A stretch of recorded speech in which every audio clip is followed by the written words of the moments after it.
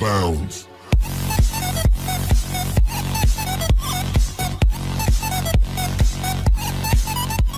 Balita, a true embodiment of entrepreneurial spirit.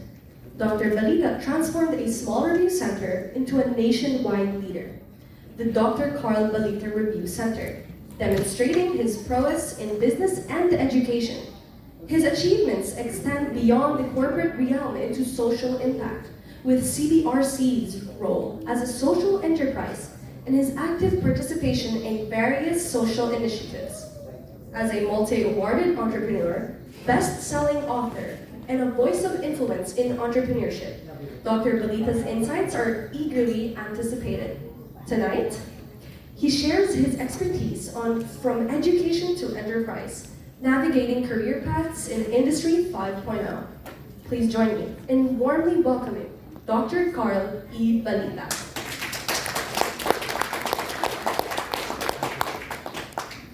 Hi, good evening. Good afternoon. Thank you. Thank you so much. Hi, good evening. Good evening. It's such an honor to be here. I left a jazz family concert happening right now at UST to be with you because I want to really share with you what I was assigned to talk about, which is Education 5.0. First, meet Carlito. Carlito is my name, and Carlito is my adopted eagle in the Philippine Eagle Foundation. One of the few male young eagle in captivity. Yeah, there he is. So, in case you're interested, adopt an endangered species so that we can keep them. All right, I'm standing before you to talk about Education 5.0, not only as a doctor of education. I'm a professor. I earned my Doctor of Education. I'm also a graduate. I also have a Doctor of Humanities. And I'm a nurse, I'm a midwife, I'm a teacher. I was also a candidate, man. I also lost. Because, you know, some of the good ones lost. No? Anyway, but I stand before you as the Board of Trustee of the Philippine Franchise Association. Also as the Chairman Emeritus of the Philippine Chamber of Commerce and Industry. I'm also a Board of Trustee of the Divine Word College of Calapan. I'm a UST Total awardee. Total is the Outstanding Commercial Alumni. Why is this important to you? I don't want to talk to you like an educator. I want to talk to you as an employer. As an employer, as a person who hires people for work. I have resorts. I'm also in the tourism business. And I get disappointed getting some people, some graduates. I produce the best teachers. The board exam released last week, I produced 69 top-notchers. And just yesterday, 2 RadTech top-notchers were also came from my review center. But why am I talking to you as not as an educator, but as an employer? Because this is a matter of concern. Just the other day, the other week, I guess, there was a release na namote na naman yung Pilipinas in the PISA, meaning our students are like 6 to 8 years below their capacity in terms of reading and mathematics and sciences and English. So just think about it. The children who I can hear right now will go to school and he will be useful in the world of work 20 years from now. If what we will teach him is what we have right now, then we are doomed. We're dead. I wrote a lot about the artificial intelligence in my column in the Manila Times and in the Business Mirror. If you're interested about it, it's really a cause of alarm. But it is a tool. It is a tool that we need to use. If you want us to go over my article, I talked about the parenting essentials in artificial intelligence. This is a beautiful book, Homo Deus. You may want to read it. It's by Harari. It's a beautiful book that tells us how humans have become gods. And Harari believes that Homo sapien is not the end of evolution because we're now evolving to play like God. That's why it's called Deus. And of course, I put some warning on the potential evil of artificial intelligence, but whether we like it or not, it's here to stay. Did you know that the worst and the lousiest invention of the 18th century was, guess what? What do you think was regarded as the worst invention of the 18th century? They labeled it worse at that time. I will not make you guess. It's the car. Why? At the time they said that cars will never run faster than a horse. Then why will you buy a very expensive vehicle that will never run faster than a horse? Why? Because at that time they didn't know the potential of the car. And they said that cars will never fly until the Wright brothers made it fly. Airplanes and choppers and so on.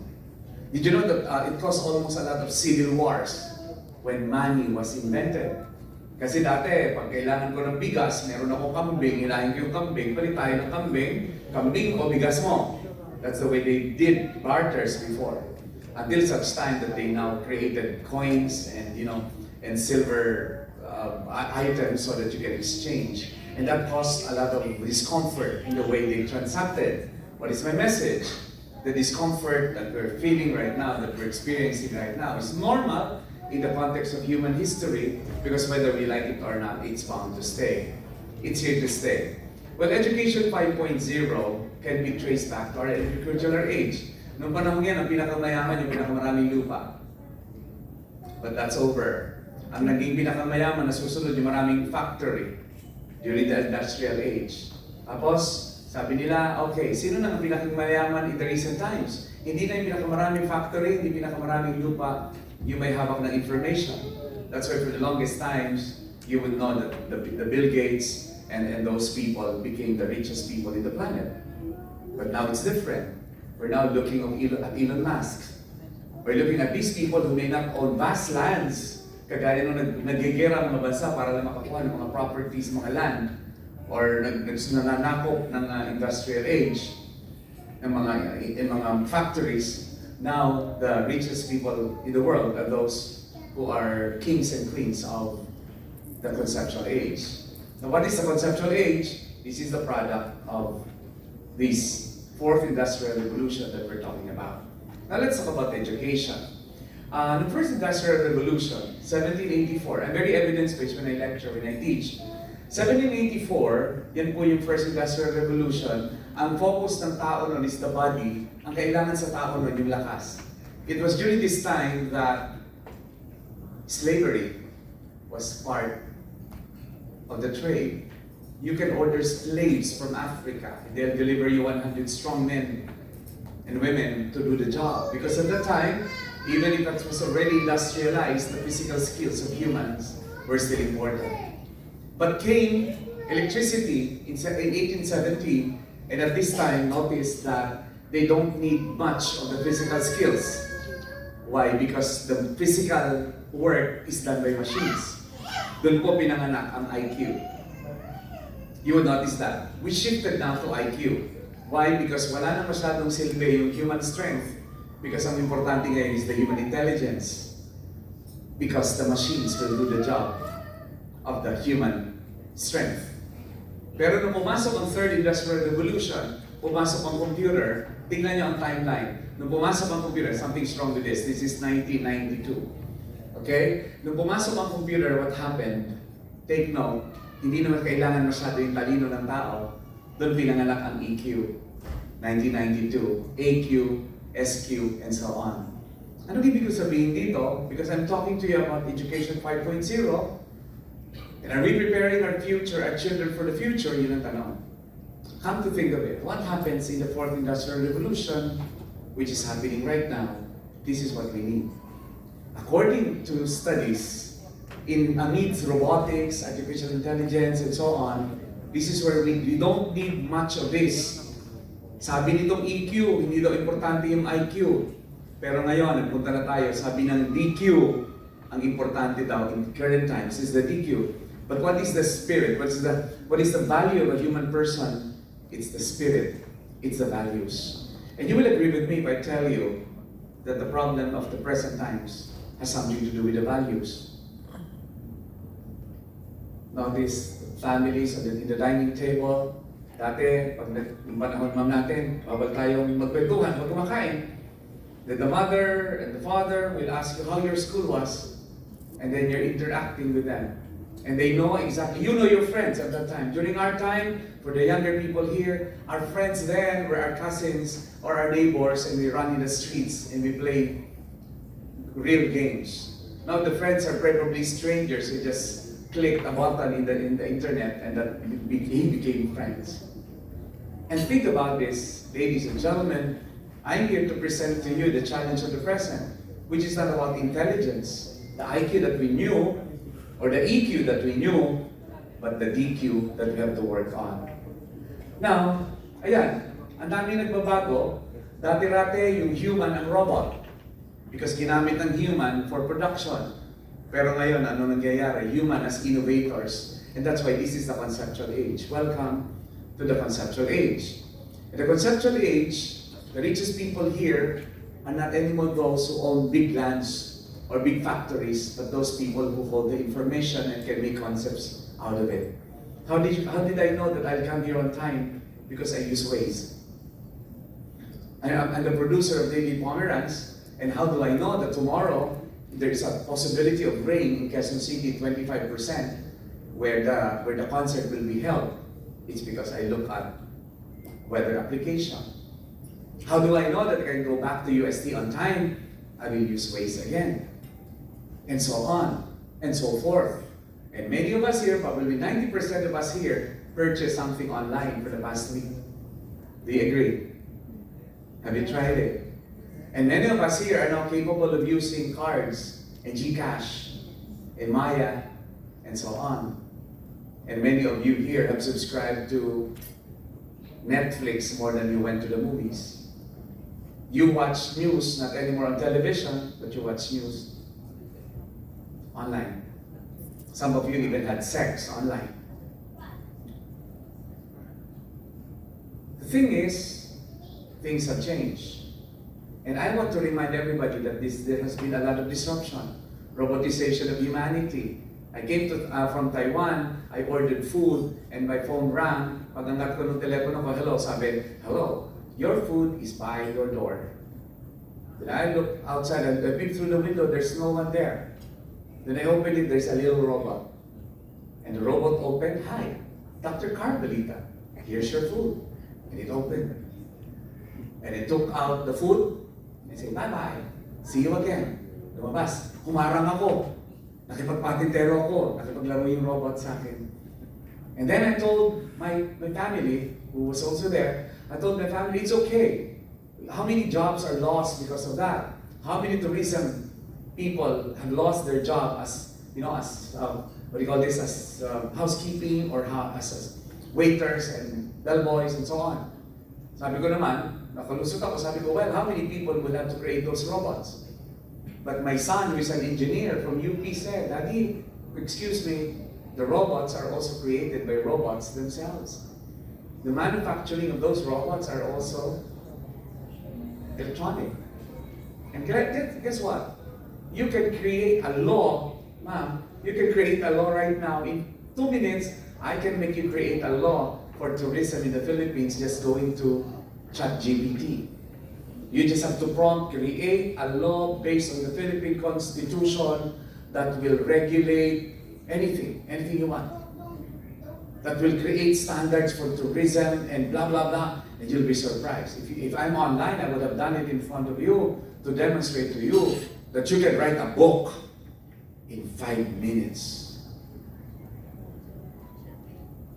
Robotization of humanity, artificialized intelligence, real-time connectivity. If this is live online, more people are watching me right now. Unprecedented processing power of device. Access to information is unlimited. Punta po ako sa headquarters ng Google sa Singapore. Pumasok ako, tumingin ako sa kanilang wall. Pumasok ako sa isang chamber, tinulak ko. Tapos, pumasok na akong gano'n. Umupo ako sa isang orientation with my friends. At sabi ng kaibigan ko who works there, Carl, now we know everything about you. What?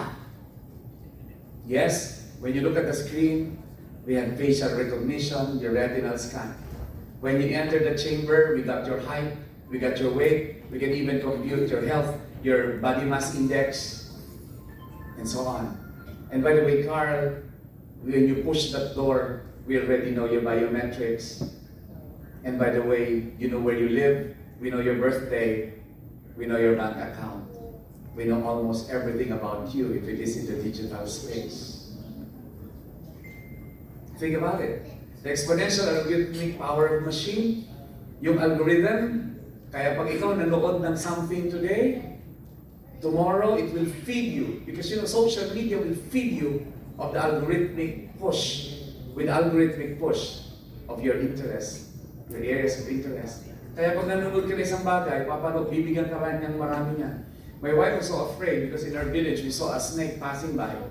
And then my wife researched about snake. Now every day, my wife will get pushed to about snakes, videos about snakes. And she's so afraid of snake, then how come my Facebook now, or my social media now will feed me a lot about snakes? Because that's algorithmic power. And of course, the interface of the digital and the biological realities. In the future, you don't even need a card to pay, that even your phone. I just have to look at the scanner and I can pay already what I have to pay. In the future, you just look dun sa dinaanan mo chamber na yun, they would know if I have tuberculosis or if I have infection because they already could get sample of my exhaled air. And that's the future. And welcome to the fourth industrial revolution, where the pace of change is unimaginable. But look at this is the problem. If you want me to speak about education, let me talk to you about the fact that the classroom is an 18th century technology. And the teachers are using 20th century pedagogy, and they are teaching the 21st century learners. How can that connect? The 18th century classroom with the 20th century teacher-guided pedagogy and the 21st century learner. Are we teaching people for the future? And I'm not talking from this, but let's go back in time. Okay, please signal me if I have 5 more minutes, because I can lecture the whole day, the whole night. Let me locate you where you are. Are you a baby boomer, a Gen X, a Gen Y, or a Gen Z? Please locate yourself. Because I will have to talk to you about the generation, not gap, but the miscommunication of generations. Okay, yung baby boomers, yan yung anak ng gera. Kaya nag-boom nun, kasi may gera, alam nga naman magbuntis ka ng gera, the last thing you want to do during the war is to have a baby who will be victims of war.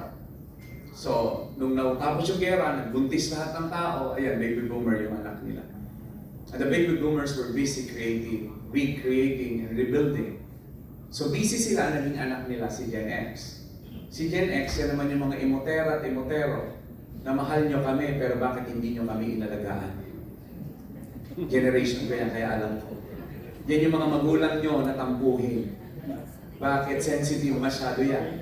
Bakit minahal mo ako pero hindi mo ako inalagaan?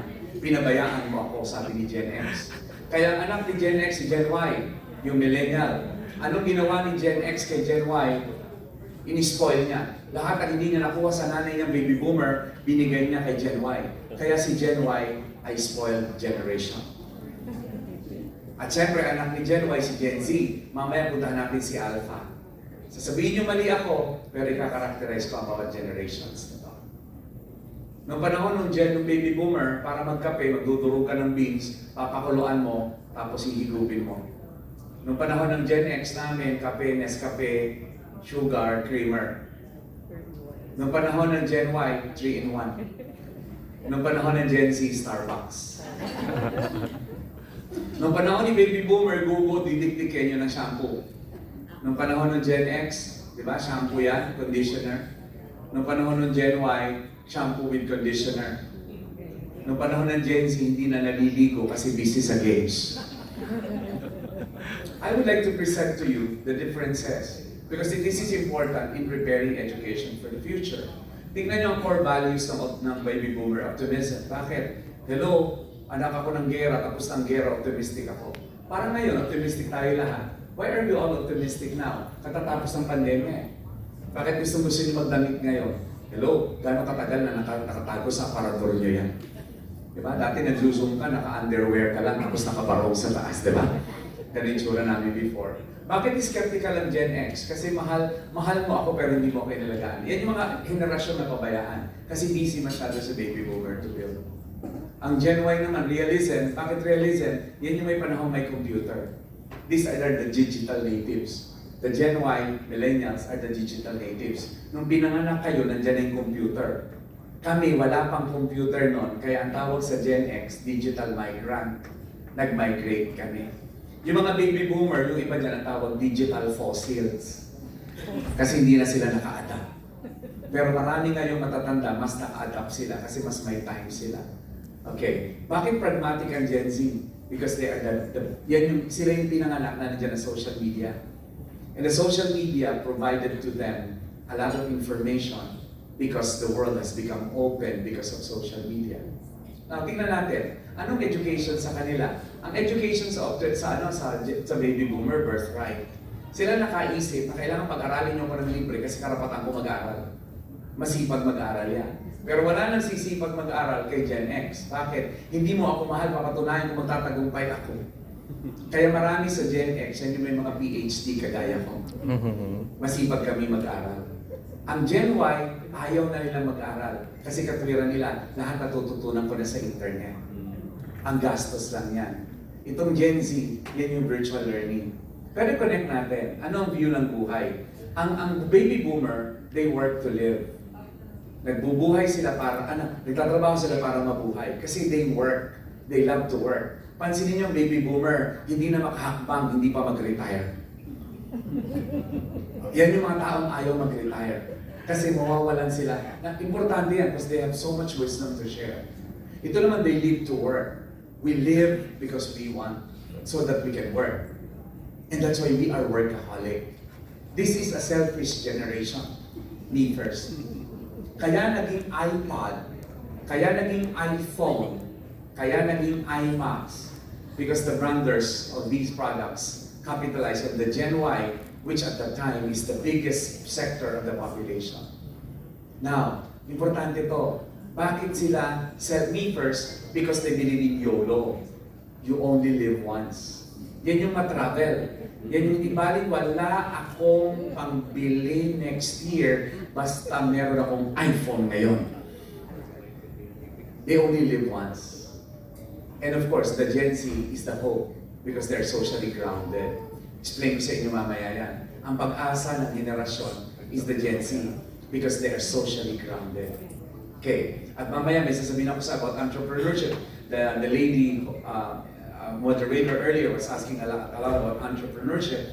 Let me tell you, one forecast is in the next 10 years, all enterprises shall be social enterprises. Purpose. It's not only about profit. It should look into planet. It should look into people.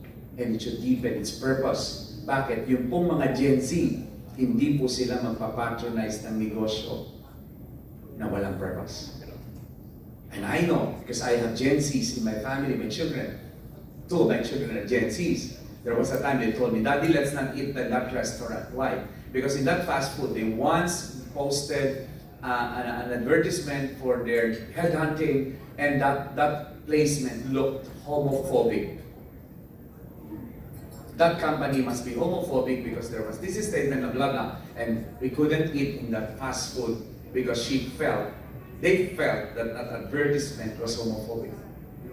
You see, my daughter would, younger days, she would buy Tom's shoes every month. Tom's shoes. And I was complaining, why are we buying Tom's shoes every month? And she says, Daddy, because when I buy Tom's shoes, a pair of Tom's shoes is donated to a child in Africa. So Daddy, what do you want? You buy me Tom's shoes so that the child gets a pair of shoes in Africa? Or let's go to Africa so I can give a pair of shoes to a child. And you know what my decision was? Okay, let's buy Tom's shoes as much as you want. They're socially grounded. Anong communication style ng baby boomer? In person. Gusto niya face-to-face. Itong Gen X, direct and immediate. Pansinin nyo, yung mga Gen Xers dito, yung mga nanay nyo, Gen X. Pag naalala niya may kasalanan ka, kahit alas 2 sa madaling araw, gigisingin ka niya. Diba? Kasi they want immediate and direct communication. Ito naman mga Gen Y, Mami, pwede yung galit mo, email mo na lang sa akin. Or i-voicemail mo na lang. Ito naman ang Gen Z, cyber communication yan. But ladies and gentlemen, let's look at how they learn. You know, and the young people here will agree with me. Your teachers are boring. May mga bata dito. Your teachers are boring. Why will I listen to a boring teacher who's only reading notes when I can actually go to TED Talk and watch more exciting short version of lectures that are so digestive? The baby boomers want a relaxed environment. This wants a spontaneous, interactive. Gen Y. Ang Gen Y is multisensory. Huwag kayong magtaka, ang Gen Y at saka ito, pwede silang nag-aaral sa harap ng TV habang naka-earphone, tapos kumakain, nagbabasa, nakikinig, at lahat ginagawa nila sabay-sabay. Pero mga Gen X, yung mga nanay nyo, pag nagte-text yan, pwede nyo kausapin? Pwede kausapin? Hindi. Gusto nila, nagte-text ako. Why? Because we are only digital migrants. Now, that's where the difference is. That's where it lies. Now, what I want to leave you with is the Generation Alpha.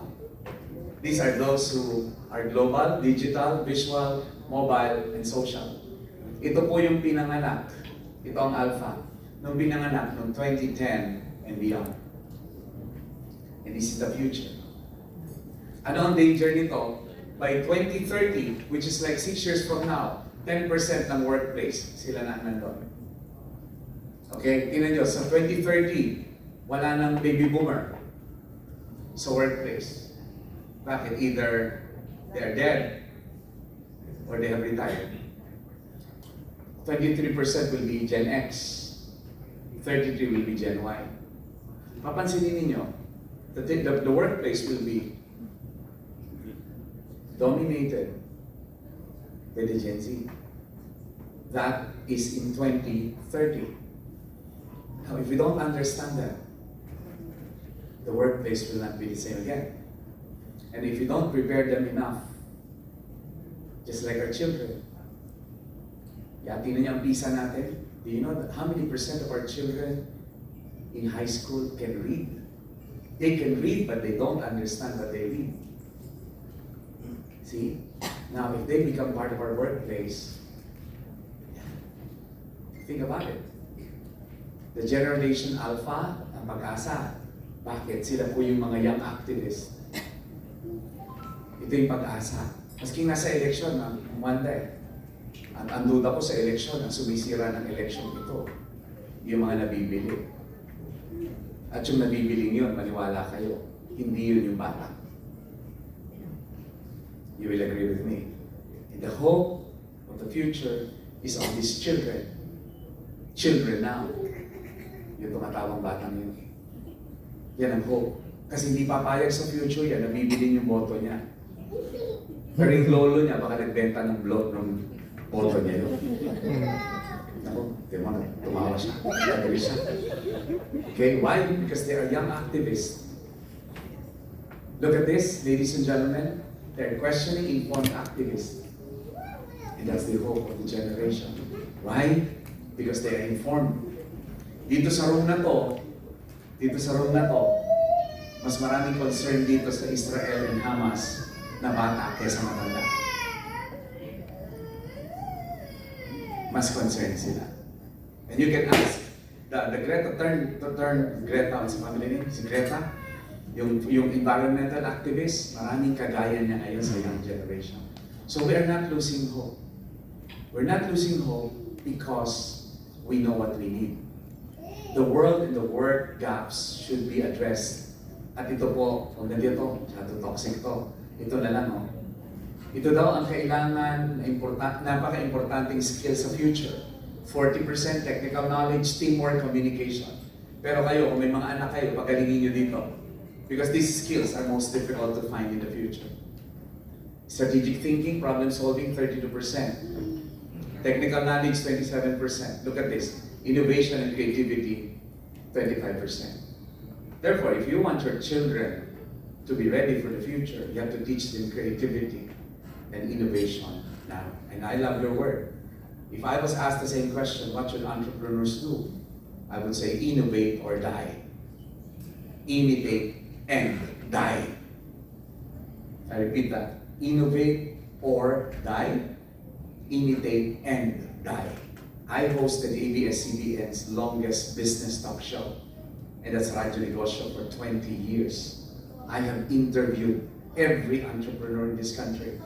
from Injapsia of Mang Inasal to Nanay Socorro Ramos of National Bookstore, to the brands that you know, to the Kurimi, to the Faron Cafe, and so on, to the Figaro, and so on. I have interviewed all of them. And let me tell you something. When they don't innovate, they die. But the moment they imitate, they die. So that's the challenge, really innovation.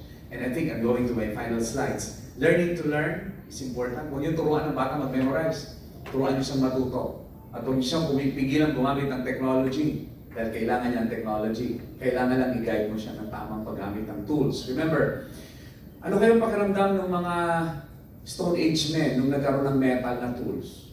I'm sure they were also not comfortable. Ano kayong pakiramdam ng may-ari ng kabayo nung nagkaroon ng kotse? Ano kayong pakiramdam ng radio stations nung nagkaroon ng TV? Ano kayong pakiramdam ng theaters nung nagkaroon ng television?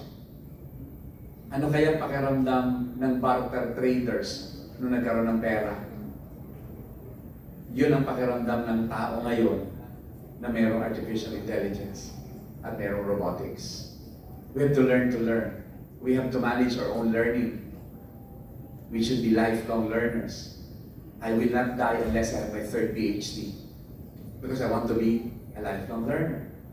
And my children, as much as I can still provide them education, I'm sending them to school. I'm pushing my lawyer, my eldest lawyer, you go to Singapore, you study some more because I can still send you to school so that you will be more ready. But in fact, it's not about being a master's in law that I want her to achieve. I want her to learn how to learn and to get that discipline. And finally, you must have the basic competencies.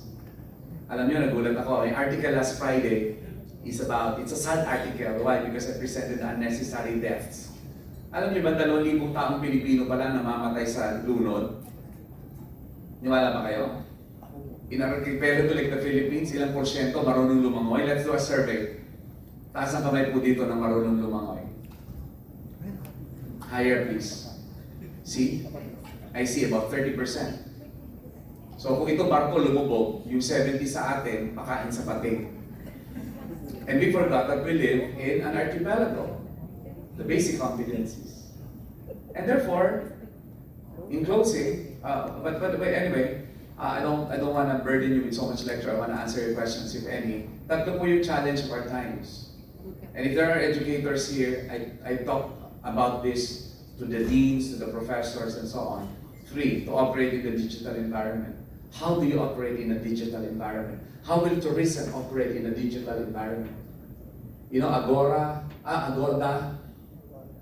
now is selling, you know, the trip advisor. Alam niyo, kung may-ari ka ng resort ngayon, huwag ka maghintay na pupunta doon para mag-inquire. I-enroll mo siya sa isang application na magbebenta sila ng mga, magugulat ka na lang minsan, may walk-in ka galing Amerika, saan nag-book sa Amerika, diretso, nandun siya sa Agoda or whatever applications. How do you operate in a digital environment? How do you sell online? How do you teach online?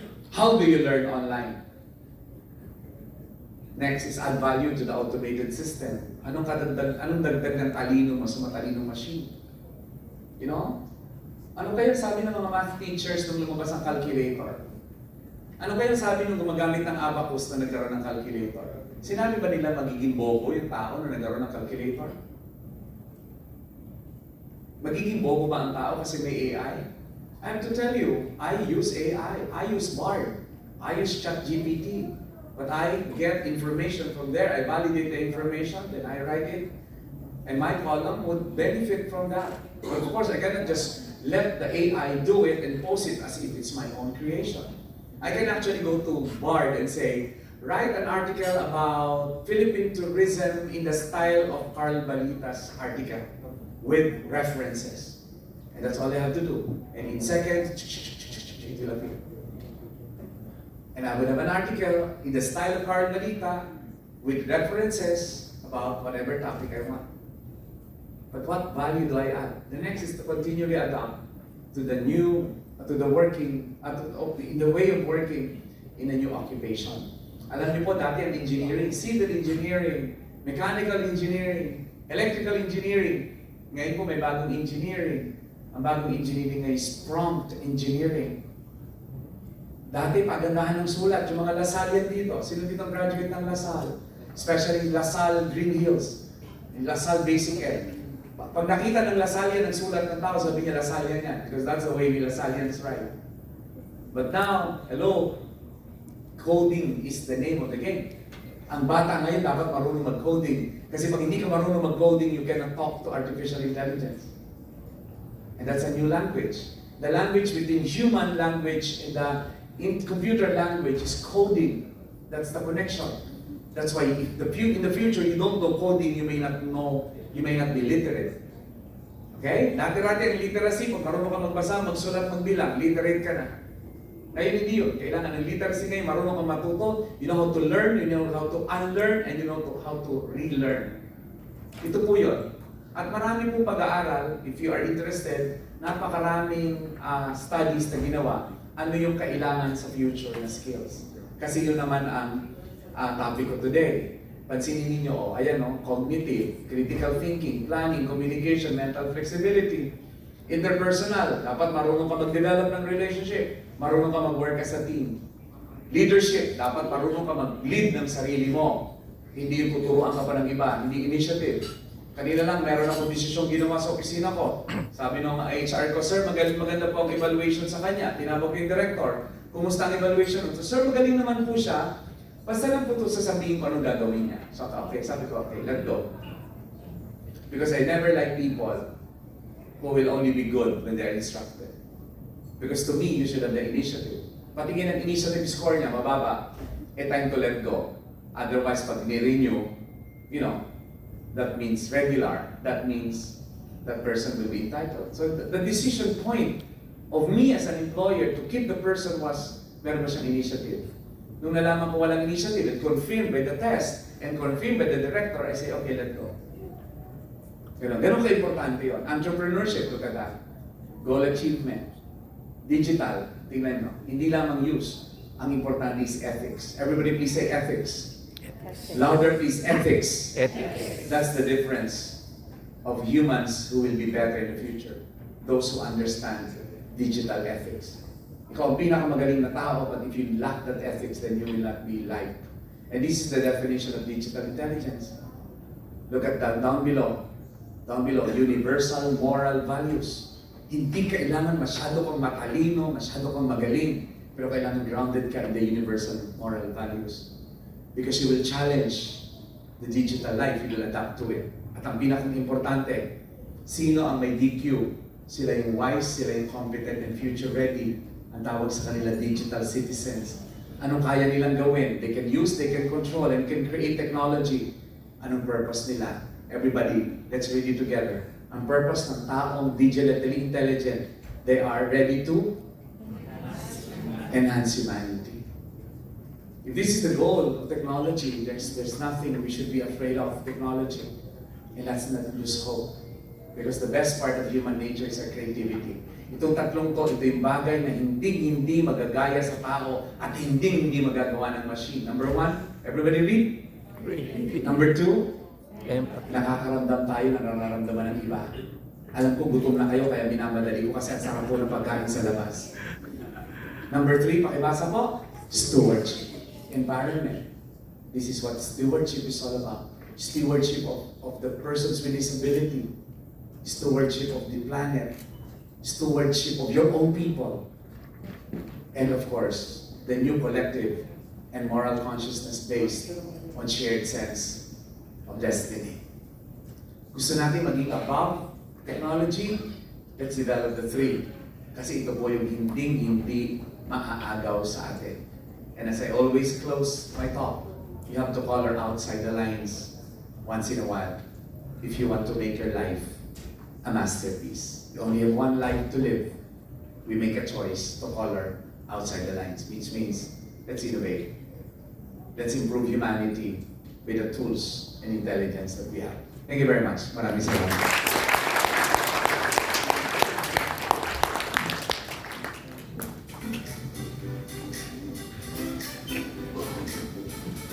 Okay. Thank you so much for that, Dr. Carl Balita. I would like to ask you, yes, your microphone. Thank you. Go ahead, please. I would like to ask you if it's okay, what generation are you from? Medyo confidential, I know. After the baby boomer, Gen X. Okay. And Gen X. Kasi I wanted to actually acknowledge the fact that it's super impressive kasi you touched upon that the 18th century is like the learning system in school and the 20th century are the teachers The pedagogy that they're using. Who are teaching 21st century students, but for a BB, I'm not gonna say it, for a person from the baby boomers generation to parang like teach lessons that like even I didn't know some of these things. So it's really like truly round of applause kasi this is so educational that I just wanted like yeah kasi not many can do this talaga. Not many can do this. So I just want to acknowledge that. Now I have 3 questions for you. Dr. Balita, how can educational institutions better prepare students for the evolving demands and opportunities in Industry 5.0? They have to understand the children, the learner. I wrote an article last week. My article was, because they say it takes a village to raise a child. And the title of my article was, The Village of the Hungry Child. Let me tell you something. How many children, ito, totoo to. Ang gaganda ng suot nyo, ang yayaman ng iba dito sa inyo. Pero sabihin ko sa inyo, alam nyo ba kung gaano karaming bata ang malnourished nung pinanganak? Ma'am, totoo ka. I was the first teacher to run in the Senate. I was the only one with 2 doctorate degree to run in the Senate. And the first nurse, the first midwife to run in the Senate. And I lost. And totoo ka, hindi nila naiintindihan. Ngayon, inaayos natin curriculum. Inaayos natin libro. Sige, ayusin niyo ang curriculum, ayusin niyo yung libro, pero baka bata, pumasok sa school, walang kinain sa almusal. Matututo? Answer my question. Pero hindi yung malnutrition na yun, nangyari lang nung araw na yun, hindi siya nakakain. Yung nanay niya na nagbubuntis, malnourished na. Ang brain development ng bata nangyayari nung baby pa siya. Nung lumalaki yan, ang iniinom niya, hindi milk ng nanay niya, kasi kailangan magtrabaho ng nanay niya, iniinom niya yung yung pinakuluan ng kanin. And that's why brain development niyan maliit, ang utak niyan maliit. Kahit paanong libro ibigay mo dyan, kahit paanong technology at teacher na ibigay mo dyan, kung hindi kumain yan, wala tayong mapapalan dyan. And that's why we have to see it from that point of view, from as far as that. Dinagdagan natin ang K-12, nagdagdag tayo ng 2 taon saan? Sa 4th year high school. Grade 11, grade 12. It's too late.